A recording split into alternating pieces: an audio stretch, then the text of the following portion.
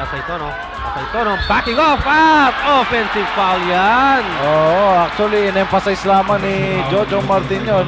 Yung counting nudging. 4-point lead para sa Hotdogs. Kumami pa kaliwa si Redfield. Now, his own version of the slam dunk. Tinutuya pa itong si Nelson Asaytono. Baka magkamali siya at bumawi rin niya ng slam dunk. Magkasama sa laro talaga yung mas cycle sa nila. Some color really between Asaytono and Redfield. At magkatabi pa sila for the rebound play. Nag-uusap pa rin. Yan, napaghiwalay na si Asaytono at si Redfield. Sabi ni Asaytono, sa amin. Das, nasa 4.5 euro line. 82-77, only a 5-point lead. Talagang madami kang mapapagpilian. Asaytono blocked from behind, but there's a foul underneath from yung kanyang unang free throw. 4-point lead para pa rin po sa Pure Foods. Kasi natin kabayuhin. Okay. At kaya naman naging madali yung sapal mula sa likod. Kailangan niya po maging consistent. Mintis na naman pero siya rin nakakuha. Dunk! Nelson Asaytono! What a slam by the ball! At yan ang hinihintay natin na laro kay Nelson.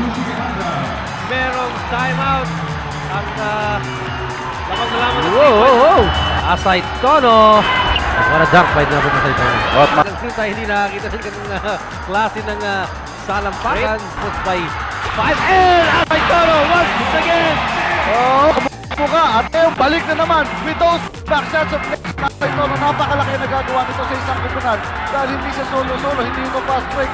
Ito isang deliberate upward off. Asaytono, umangat! Boom! Hindi po pumasok pero meron foul. Wala nga ang diferensya ng Sunkist ngayong gabi. Ito yung binabanggit mo, mga memoryadong tira na si Asaytono yung kanyang isang kamay na layup. Dati nagagawa nila na nakapikit yung kanilang mga mata. Pero kailangan ni Nelson ito namin test. At may double lane violation. So it's jump ball sa gitna po ng ating hardcourt. Yes, Mintes ko ni Asaytono. Ay, nandun na yung Mintes ha. Hindi na siya 100%. Fit naman sila. At malalapit yung mga tira nila. Pero talaga hindi natin malaman. Pero ito si Asaytono. Nakukuha na yung momentum dito sa ating Dapat alam mo ng hotdog. Grandison, Asaytono. Suwabe. May kabagalang. Buti nakatalikod yung defenders itong mga taga-Pure Foods Denver Juicy Hotdog. Pero gaya nga ng sabi mo, swabe. Right now, hindi pa nabubulabog. So, kasi nagasa si Asaytono at hindi tinatawagan niya ng mga referees. Kaya na sinabi ni Pinito kanina, sinasiwa si Nelson Asaytono. Walang foul and Edward Guiño getting away scot-free there. Walang makina, 8 puntos na po ang abante nila. 13-5. Here's Asaytono and this time he will draw the foul. Si referee Ilagan kay Guiño get for tap there. And Guiño will pick up also his second foul. You know, it's also possible that Coach Chodres being And there's the first foul against Nelson Asaytono. partner, kapapanggit lang natin, no, in our pre-game intro, how important it is for Papola to cut down on its turnovers. They're averaging over 20 turnovers a game. And yun, nakita natin right from the very first minute, nagka-turnover na kaagad ang Papola. That's something that Alaska is going to exploit.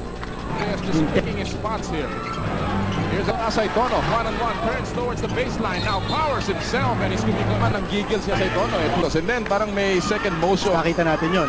Tatawagan siya ng technical foul ni referee Bernarte that will send Abarientos to the technical. Balance nga si Johnny Abarientos when he got hit by that elbow. At may technical May pa. technical pa. So there will be 3 free throws, not just 2. Technical free throw will be taken by Jolas. Another technical here, and he's out of the game. Oh boy! He's Ano to? out of the game. Pakalawa na yan for Coach Tim Cone. Oh my gosh! What a development dito.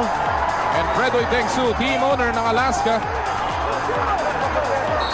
up on his feet here as Tim Cone walks off the floor, off the court now, with his second technical. Never won a quarterfinal play. Asaytono trying to take Papola out of their game immediately, but Although can get the shot off, especially when he turns towards his strong side.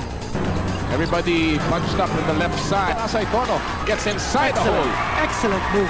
At partner, nagkaroon ng several touches in that play. Walang gumagalaw, puro one-on-one. Ito, Asaytono, he powers himself to the hole. And yes, that's it. And then one play, yan ang sinasabi ko kanito, power of convergence. Allergic to having a lot of players touch the basketball in their half-court set. They look for the best possible shot. They help out each other by giving screens. Very precise. Of Alaska in this quarter. And for Coach Chodres, he'll give that kind of a shot, no? Yes. To Alaska. Let them take the jump shot so long as hindi sila nakakapag-passing play. Kapansin-pansin na itong Pop Cola, the way they attack in their offense is they're going one-on-one. Yes. And the possible objective is to put Alaska into some kind of foul trouble. No? Could be.